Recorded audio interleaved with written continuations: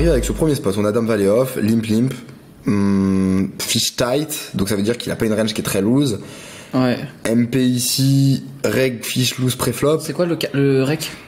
Rake, c'est Montréal, je ne sais plus exactement le Rake, mais c'est je crois que c'est un 5% cap 3 blindes. Ok. Quelque chose assez tranquille. Ok. Moi, je suis pas fan de l'ISO. Faut vraiment que le fish tight, ouais. faut être sûr de la FE, mais il y a des mecs ici qui ont des As Dame off, As Valet off, et qui vont pas les fold. Donc je suis pas fan, et pour autant il a pas une range très large où le mec il a des Valet 8 off qui va call, où on va le défoncer. C'est ça. Donc ouais, le mec c'est un nid, pas d'info. Préflop, je décide d'ISO cette main, car bouton et small blind sont en auto-fold. Ok, si c'est le cas, alors effectivement, pourquoi pas, ça change la donne. Auto-fold, ça veut dire que les mecs en gros allaient pré-fold, donc ça c'est bien de l'avoir remarqué. Écarter fish tight qui va fold très souvent et ainsi jouer contre le reg fish loose qui est une range de limp. Alors reg fish loose, faut vraiment être genre mais donne-moi un VPI PPFR, tu vois. C'est vrai que c'est mieux. J'aimerais que tous les profils dans les mains que tu me donnes un VPI PPFR. Parce que tu vois là c'est assez reg fish loose, ça peut être quoi? Ça peut être moi par exemple, un mec qui peut me catégoriser en reg fish loose, il voit que je joue large et tout, il se dit ouais c'est un reg fish loose. Tu vois, et alors que ça peut être aussi un vrai fiche dégène, tu vois, j'aimerais plus de spécificité. Donc ok. Ok, bah un plaisir. Hein. Check. En soi ici ta range elle est hyper crush. Je trouve que le check est pas déconnant. Check est pas déconnant ou alors bet small, mais une grosse erreur serait de bet 80 parce que tu vas vraiment être call par mieux. C'est trop cher, tu te values cut vraiment. En fait, s'il te call, déjà il y a beaucoup de probabilités que les mecs ils aient des damix meilleurs que la tienne. Lui c'est un hit et il a call. Lui c'est aussi un hit et il a call. Et lui ok il est large, mais en soi gros ils ont tellement de mains. En fait même les mains que tu domines elles ont énormément d'équité contre toi. Donc dans tous les cas tu te fais fumer. Le seul bet qui aurait été ok c'est vraiment bet 35 pour te faire call par tous les 10x. Mais là quand tu bets assez cher, ça va te call que les bonnes paires plus draw et en vrai tu vas te faire éclater sur le spot. Donc j'aurais pas fait grossir un pot où ma range elle est aussi fragile, j'aurais bet small. Bon. On a 60 à mettre dans 400. En soi, on peut call pour bluff les carreaux. J'ai pas l'impression qu'il va trop faire ça avec un flush draw. Mec, j'ai l'impression que le mec il a tellement toujours brawl en straight quoi. Ouais, d'accord. Parce que la question c'est, une fois qu'on touche notre flush, est-ce que réellement on fait fold d'une main aussi forte? Ouais, enfin une fois qu'on touche, que la flush tombe, ouais. Ouais. Est-ce qu'on fait fold des mains aussi fortes chez lui? Six spot, hein. Ouais, j'ai quand même envie de fold, hein. En vrai, même si on a que 60, je suis d'accord avec toi. Que c'est pas, on n'a pas besoin de bon très souvent, mais. Après, on a quand même 8% d'équité pure.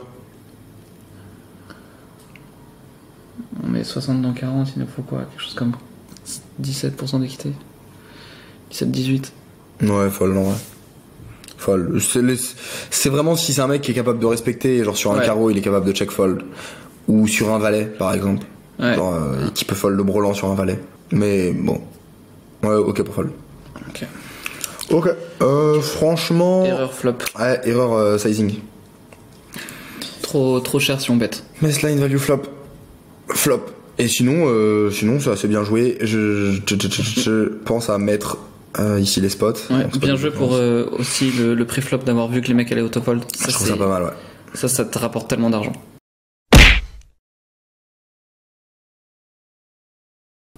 On a As-Roi, on open 5x, préflop comme je n'ai absolument aucune info sur la table, je décide de jouer cette main théorique. Bah c'est pas du tout théorique d'open 5x, c'est complètement explo. Donc c'est pas théorique. Mais pourquoi pas. Ok. Flop dame, un board que vilain ne percute pas. Je suis d'accord pour value small. Ok. Bah good pour le coup. Ouais. Spot pour le coup assez facile. Pas sûr qu'il colle des valet X, mais oui, mais dans tous les cas, la 6-3X on est good.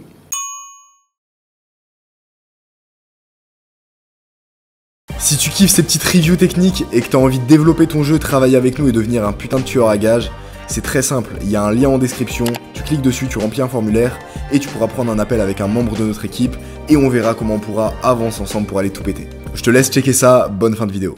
C'est des points faciles quand même. Ça c'est des points faciles. Open c'est bête. Ça devrait être des demi-points ça. Rec fiche passif. Ok, Bah bon, franchement, fiche loose CS ici, on a vraiment envie de max le value. Donc, un bon 45. 40. Ouais, en vrai, ok pour le size. Hein. Alors, ici, tu me dis que c'est un rec fiche passif, et là, tu me dis que c'est 45-20. Il est à la table depuis 30 minutes, je le trouve rec fiche passif et plutôt face-up. Car il est plutôt jeune, lim call beaucoup, a l'air de bet beaucoup en value. Il open quand même 20% du temps. Enfin, il a quand même, enfin, pas 20% du temps, mais il a 20% de PFR. Donc ça veut dire qu'il open, genre, quand même beaucoup. J'ai pas la même impression, du coup. Et là, tu vois, il est plutôt face-up, car il est plutôt jeune, a l'air de bet only en value. Mais t'as vu des showdowns? Enfin, qu'est-ce qui te fait dire qu'il bet only en value? Tu vois, là, j'ai l'impression qu'on est dans un guessing game. Ouais. Bah, je pense qu'il bet que en value, quoi. Parce que tu l'as vu 3 fois bet. Mais en fait, on a même pas vu de showdown, Ouais, pour le ça, coup. ça, Donc, c'est dangereux en plus. Hein. Tu mets sa reine sur du 30% capé.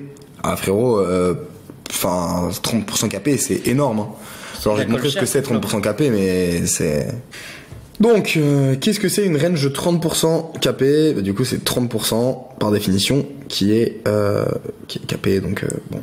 Ouais. En gros, on va se retrouver sur quelque chose qui va ressembler à ça. Bon, la range, évidemment, elle est plus clean de base, mais pensez qu'il a ses As7, As8, Dame 9, Roi 9, Valet 9, des lots connecteurs, des lots suités comme ça. C'est très large. Contre un sizing 9x, quand il y a encore personne qu'à call, frérot, faut vraiment... pour moi, ici, ta perception, elle est mauvaise, et sa range, en réalité, c'est plus du 15% capé, tu vois. Pour moi, sa range, ça va être là, même 12% capé, j'aurais dit. Tu vois, ça va être une range comme ça, pour moi, qui va play. C'est des pockets, ouais. Les meilleurs connecteurs suités. Roi Valet off, je l'enlève même une partie du temps. Ça, c'est aussi, ouais. Et tu vois, genre, j'aurais mis une range comme ça. Mais là, pour moi, ta range, elle est beaucoup, beaucoup trop ambitieuse, et même les ASIC suités, je les aurais mis avec une certaine fréquence. Anyway, en tout cas, c'est ma perception à partir de ce moment-là, quand on a une image de serrure, quand il limp, qu'il est 45-20, et que tu fais un ISO 9x. Ok, on se retrouve en heads up. Et ici, tu bêtes Valet 4-2, un board qu'il ne percute pas du tout. Super, s'il percute pas le board, ça veut dire quoi? Ça veut dire que il va trop bluffer.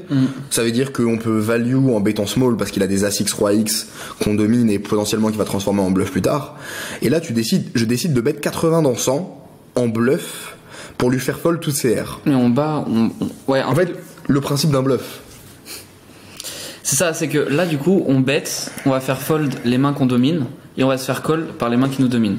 Et c'est trop dommage parce qu'on transforme en plus une main qui a de la showdown en bluff. Alors ici, on pourrait juste, comme il a dit Baki, voilà, bet small pour value ses As-X ou check call parce qu'il va avoir trop de bluff.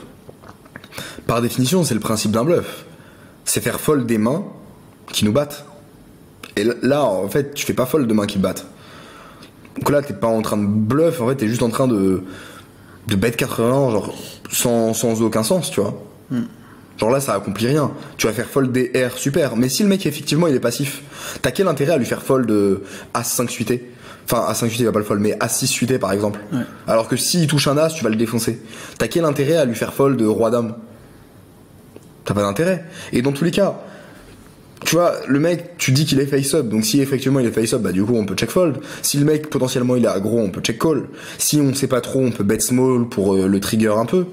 Alors, dans tous les cas, on a plein de lines de jeu intéressantes, mais en tout cas, il manque un peu de cohérence. Ouais. Bet cher ici, c'est juste un spio. Ouais, c'est un spio. C'est genre en fait tu paniques et tu te dis bon bah vas-y go bet. Je simplifie le coup, le coup il est fini. J'ai l'impression que ouais, c'est exactement ça. C'est juste pour finir le coup le plus rapidement possible. Ouais. En fait, ici les gars, le sujet c'est que vous dites on peut bet un quart pour faire fold CR, mais on n'a pas envie de faire fold CR. On a envie que quand il a R dans ce pot là qui fait 100 balles, on a envie de miser 5 et qu'il ait son 10 et 9 suité et qu'il soit en mode putain qu'est-ce que je fais, tu vois. Et le chauffer à mettre de l'argent dans le pot, le chauffer à s'enflammer, à nous raise, à call into bet turn river, tu vois. Parce que ce qui est super intéressant, c'est que à bet 80, le mec il fait 0 erreur. Il fait 0 erreur. À bet 5, le mec il va faire tonne d'erreurs. Là, bet 80, bah, easy spot. Ouais. J'ai un valet, j'ai une paire, je call. J'ai rien, je fold. Tu le laisses bien jouer. Donc, grosse erreur ici.